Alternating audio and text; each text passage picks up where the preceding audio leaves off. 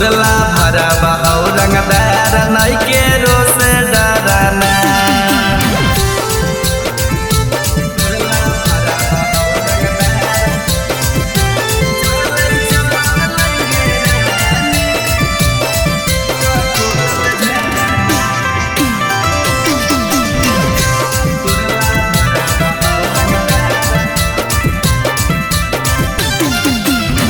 बड़ी कन कन होका कोलत के पानी, चेहरा चमक जाइतो खिलतो जवानी।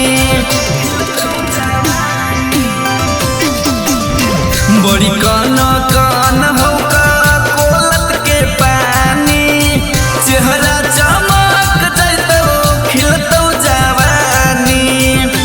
छपक छपक के न है खई है मुर्गा मटना, छपक छपक के न है खई है मुर्गा मटना। तुरला भरा बहाव रंगदार नहीं के रोस डराना। तुरला भरा बहाव रंगदार नहीं के रोस डराना।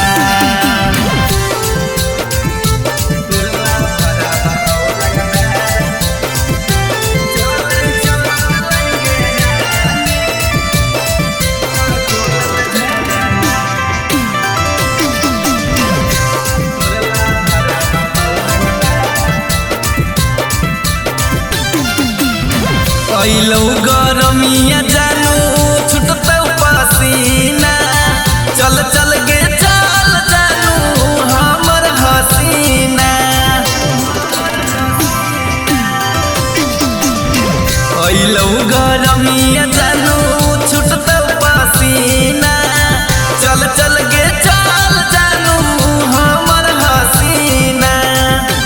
किसन विकस से छोड़ी फिर मत कहना, मनोज बिकू से छोड़ी फिर मत कहना। तुरला भरा बहाव रंगदार नहीं के रोस डराना।